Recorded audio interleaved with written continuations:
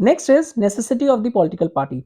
Although we already know that the political parties perform the important functions and various crucial functions performed by the political party in the democratic setup. In order to understand the necessity, the actual necessity, just try to imagine a scenario where there is no political party exists. एक democracy में कोई भी political party का setup है ही नहीं और वहां पे जो इंडिपेंडेंट कैंडिडेट्स हैं वो इलेक्शन को यहाँ पे कंटेस्ट करते हैं और वो पावर में आने के बाद गवर्नमेंट को फॉर्म करते हैं।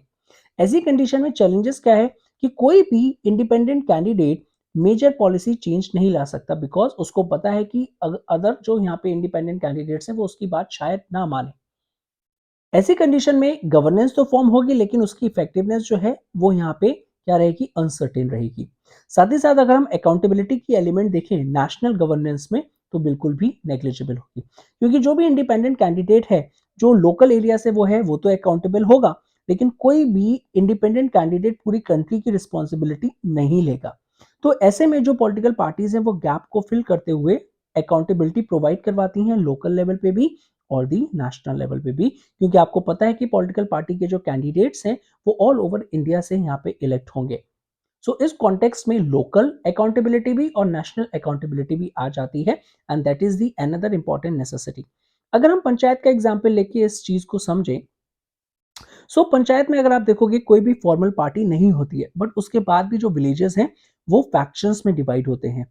एक तरीके से हम कह सकते हैं कि हम ये चीज चाहते हैं कि हमारे यहाँ पे कोई पॉलिटिकल पार्टीज हो। अब फैक्शन में अगर हमने एक पंचायत का एग्जांपल लिया तो फैक्शंस में कन्वर्ट हो गया ए फैक्शन बी फैक्शन। ए अच्छा काम करेगी तो पूरी की पूरी वो यहाँ पे क्या है सर अकाउंटेबिलिटी ए के ऊपर है और वो अच्छा काम नहीं करेगी तो लोग बी फैक्शन को चूज कर लेंगे। तो यहाँ पे भी इस तरीके से अगर हम ये चीज देखें बच्चे तो यहाँ पे पार्टी पॉलिटिक्स जो है वो बहुत ही इंपॉर्टेंट रोल प्ले करती है। अब ग्लोबल प्रेजेंस की बात करेंगे तो पॉलिटिकल पार्टीज जो हैं वो एग्जिस्ट करती हैं almost all countries world wide. अब इसका जो कैरेक्टरिस्टिक होते हैं वो चेंज हो सकते हैं, इनके साइज एज और डेवलपमेंट स्टेटस चेंज हो सकते हैं लेकिन पॉलिटिकल पार्टीज आज के टाइम पे मोस्टली कंट्रीज जितनी भी वर्ल्ड वाइड है वहां पे एग्जिस्ट करती हैं। Next is foundation in democracy. अगर हम ग्रोथ ऑफ पॉलिटिकल पार्टीज की बात करेंगे तो वो डायरेक्टली रिलेट करती हैं कि जैसे जैसे रिप्रेजेंटेटिव डेमोक्रेसीज बढ़ेंगी वैसे वैसे पॉलिटिकल पार्टीज और ज्यादा बढ़ेंगी यहाँ पे। तो जिसकी वजह से पॉलिटिकल पार्टीज का जो इंटीग्रल रोल है डेमोक्रेटिक सिस्टम में वो हाईलाइट होता है और वो शोकेस होता है कि वो बहुत ही इंपॉर्टेंट रोल पॉलिटिकल सेटअप में जहाँ पे डेमोक्रेसी होती है वहां पे वो प्ले करते हैं।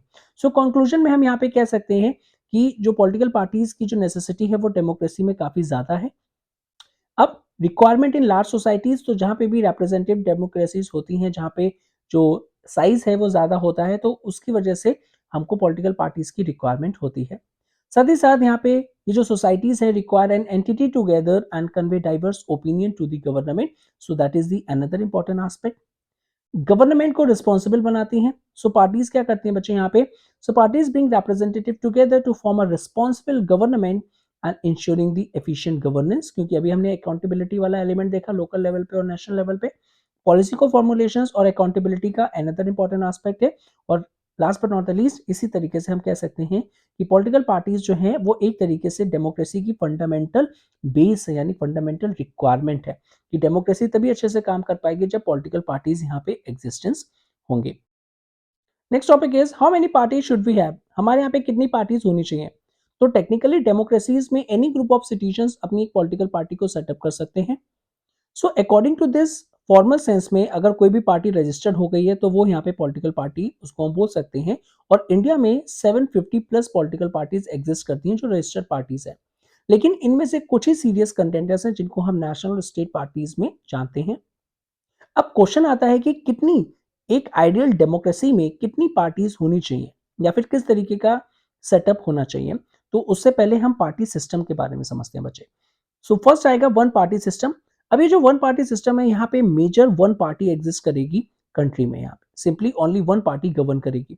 अब ये कहीं ना कहीं अनडेमोक्रेटिक होता है बिकॉज यहाँ पे अगर कंपटीशन नहीं है दूसरी पार्टीज का तो लॉट फेयर के आपके पास ऑप्शन ही नहीं है, आप एक ही पार्टी को यहाँ पे बार बार पावर में लेके आओगे। क्लासिकल एग्जाम्पल है इसका कम्युनिस्ट पार्टी ऑफ चाइना। तो ठीक है, तो हम आपको ये एग्जाम्पल्स के साथ बता रहे हैं सो दैट आप एग्जाम्पल्स कोट कर सकते हैं अपने आंसर राइटिंग में। सेकेंड जो होता है उसको हम टू पार्टी सिस्टम भी बोलते हैं और या फिर बाई पार्टी सिस्टम बोलते हैं। अब डेफिनेशन क्या होगी बच्चों यहाँ पे कि सर टू मेन पार्टीज एक साथ कंपीट करेंगी। ओके, एग्जाम्पल यूनाइटेड स्टेट्स हो गया या फिर यूनाइटेड किंगडम हो गया, यूके हो गया। ऐसा मतलब इसका ये नहीं है कि यहाँ पे छोटी और पार्टीज नहीं होंगी, पार्टीज होंगी, लेकिन मेजॉरिटीली चांसेस जो हैं वो इन्हीं टू पार्टीज के पावर में आने के रहेंगे, one after the other. Next हम टू कॉन्सेप्ट को समझेंगे, कोलिशन सिस्टम और एक अलायंस और दी फ्रंट। कोलिशन सिस्टम अभी तक आप पढ़ते हुए आ रहे हो कि अगर कोई इलेक्शन हुआ, फॉर एग्जांपल जो प्रीवियस वाला हमने एग्जांपल लिया था, ए बी सी डी चार पॉलिटिकल पार्टीज के बीच में इलेक्शन हुआ और इसमें से किसी भी इंडिविजुअल पार्टी के पास मेजॉरिटी सीट्स नहीं है। फॉर एग्जांपल लोकसभा के इलेक्शन के लिए 543 सीट्स की रिक्वायरमेंट है और इसमें मेजॉरिटी सीट्स किसी भी इंडिविजुअल पार्टी के पास नहीं आ पाई हैं। तो ऐसी कंडीशन में इलेक्शन के बाद ए और बी पार्टीज हो सकता है मिल जाएं और मिल के जब उनके पास मेजॉरिटी आ जाएगी तो वो गवर्नमेंट को फॉर्म कर देंगे और ऐसी गवर्नमेंट जो बनेगी उसको हम कोलिशन गवर्नमेंट बोलते हैं। यानी कोलिशन जो होगा वो इलेक्शन के बाद होगा गवर्नमेंट को फॉर्म करने के लिए। अब बच्चे एक अलायंस और फ्रंट होता है। अब क्या होता है, इलेक्शन से पहले ही जब सेवरल पार्टीज या फिर मल्टी पार्टी एक साथ यहाँ पे हैंड्स को ज्वाइन करती हैं इलेक्शन को कंटेस्ट करने के लिए किसी भी एक बिगर पार्टी के अगेंस्ट में या फिर किसी भी एक बिगर अलायंस के अगेंस्ट में, वो हम अलायंस या फिर फ्रंट बोल देते हैं। सच एज एग्जाम्पल से आपको समझ में आएगा, इलेक्शन अलायंस एक तरीके से टीम की हम बात कर रहे हैं कि पहले ही हमने एक टीम बना ली है और वो हम मिलके खेलेंगे और ये टीम में जितने भी लोग यहाँ पे आ रहे हैं, जितनी भी पॉलिटिकल पार्टीज आ रही हैं, इलेक्शन जीतने के बाद हम उनको उनकी वेटेज के अकॉर्डिंगली यहाँ पे प्रॉफिट दे देंगे, यानी जितना भी यहाँ पे उनका शेयर आएगा उतना हम दे देंगे, इस उनको हम इंसेंटिवाइज कर देंगे। अब कुछ इलेक्शन अलायंसेस फेमस हैं, एनडीए जो हम यहाँ पे बीजेपी बीजेपी बोलते हैं ना, वो भी एक अलायंस है, नेशनल डेमोक्रेटिक अलायंस। यूपीए की बात करें जो कांग्रेस वाला है वो यूनाइटेड प्रोग्रेसिव अलायंस है। Left front 2004। तो इस कॉन्टेक्स्ट में अगर हम देखें बच्चे तो अलायंस जो है वो एक तरीके से ग्रुप है जो आप एक साथ मिलकर इलेक्शन को कंटेस्ट करते हो, जहां पे चांसेस ये रहते हैं कि आपको ज्यादा से ज्यादा सीट्स मिले और अपनी गवर्नमेंट को आप फॉर्म करेंगे। तो आई होप अब पता चल गया होगा कि कोलिशन सिस्टम और अलायंस में क्या डिफरेंस है। अब मल्टी पार्टी सिस्टम का नेगेटिव भी है और पॉजिटिव भी है। मल्टी पार्टी सिस्टम्स बहुत ही मैसी लगती है। एग्जाम्पल करके देखो, यहाँ पे एक सिंगल पार्टी है तो वो नेशनल पे भी और स्टेट पे भी है, लेकिन अगर मल्टी पार्टी है तो नेशनल पे अलग पार्टी है, सेंट्रल यानी सेंट्रल गवर्नमेंट अलग है, स्टेट गवर्नमेंट हो सकता है अलग है और वेरियस अदर स्टेट गवर्नमेंट्स अलग अलग पॉलिटिकल पार्टी सेटअप कर सकती हैं। तो इस कॉन्टेक्स्ट में काफी मैसी लगती है वैसे, जिसकी वजह से पॉलिटिकल इंस्टेबिलिटी भी यहाँ पे हो जाती है। सेंट्रल पे अलग गवर्नमेंट, स्टेट पे अलग गवर्नमेंट, तो वो क्लैशेस करती हैं। सेंट्रल चाहती है कि उनकी पॉलिसीज अच्छी रहे और स्टेट चाहती है कि वो इंडिविजुअली यहाँ पे एक्ट करें, तो उसकी वजह से यहाँ पे पॉलिटिकल इंस्टेबिलिटी आ जाती है। पॉजिटिव क्या है बच्चे, यहाँ पे ये लोगों को एक ऑप्शंस दे देती हैं, अलाउ करती हैं कि variety of interest and opinions जो है वो पॉलिटिकल रिप्रेजेंटेशन में आ पाए और लोग अपनी कन्वीनियंट के अकॉर्डिंगली पॉलिटिकल पार्टीज को सेटअप कर पाए जो उनकी नीड्स एंड एस्पिरेशन को फुलफिल करेगा। अब मैंने आपको डिस्टिंग्विश, अगर क्वेश्चन आता है कि multi party system and the one party system, तो यहाँ पे मैंने आपको ये दे रखा है, तो आप इसको एक बार पॉज करके पढ़। उससे भी ज्यादा एक इंपॉर्टेंट क्वेश्चन है कि कौन सी पार्टी सिस्टम किस कंट्री के लिए बेटर है। तो ये सिंपल क्वेश्चन नहीं है बच्चे। अब जो भी पॉलिटिकल पार्टी सिस्टम आप यूज करते हो, पॉलिटिकल पार्टी सेटअप आप यूज करते हो, चाहे वो सिंगल पार्टी हो, मल्टी पार्टी हो या बाई पार्टी हो, सर वो इवॉल्व होगा with the passage of time. आपके यहाँ की हिस्ट्री, आपके यहाँ के सोसाइटल फैक्टर्स उसको काफी इंपॉर्टेंट रोल प्ले करेंगे शेप करने में। साथ ही साथ ईच कंट्री की अपनी अलग रिक्वायरमेंट होती है जिसकी वजह से वो अपने अलग पॉलिटिकल सिस्टम को यहाँ पे सेटअप करेंगे, क्योंकि सबकी कंट्री की यूनिक कंडीशंस होती है। सच एज चाइना की हम बात करेंगे तो उस टाइम पर चाइना को लगा कि वो कम्युनिस्ट पार्टी को बनाएगी, वो एक सिंगल पार्टी होगी तो वो अच्छे से इफिशियंटली मैनेज कर पाएगी सारी चीज़ों को, तो उन्होंने सिंगल पार्टी सिस्टम रखा। ऐसे ही इंडिया में रखा कि हमारे पास की सारे डाइवर्स इंटरेस्ट हैं, इंडिया में बहुत ज़्यादा डाइवर्सिटी है, तो होना चाहिए मल्टी पार्टी सिस्टम जहाँ पे डिफरेंट डिफरेंट ग्रुप्स के लोग अपने आप में एक पॉलिटिकल पार्टी को सेटअप कर पाएंगे। और इंडिया में डाइवर्सिटी इतनी ज़्यादा है कि उसको रिप्रेजेंट करने के लिए डिफरेंट पॉलिटिकल पार्टीज का होना बहुत ही ज़्यादा ज़रूरी है और यही रीज़न है कि इंडिया ने मल्टी पार्टी सिस्टम को सेटअप किया है। यूएसए में बाई पार्टी सिस्टम उनके कन्वीनियंट के अकॉर्डिंगली बचे यहाँ पे।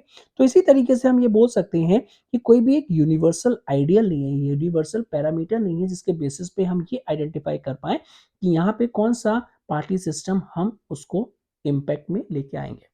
तो ये डिपेंड करेगा आपके सर्कमस्टांसेस पे, आपकी कंडीशन पे, आपकी रिक्वायरमेंट में, आपकी डाइवर्सिटी पे कि कौन सा पॉलिटिकल सेटअप आपके लिए यहाँ पे बेस्ट सूटेड रहेगा। तो जो हम कहते हैं ना one size fits all approach जो है वो पार्टी सिस्टम के बेसिस पे ये एप्लीकेबल नहीं है। हर एक कंट्री और हर एक सिचुएशन डिफरेंट है, उसके अकॉर्डिंगली हमको कन्वीनियंट के अकॉर्डिंगली चूज करना होगा कि हमारे यहाँ पे कौन सा पार्टी सिस्टम को हम अडॉप्ट करेंगे। और इंडिया में by the way multi party system exist करता है। कल वाले इलेक्शन में हम देखने वाले हैं नेशनल पार्टीज को, स्टेट पार्टीज को, कैसे हम उनको रजिस्टर करते हैं, कैसे डिफ्रेंशिएट करते हैं स्टेट और नेशनल पार्टी को। So stay tuned.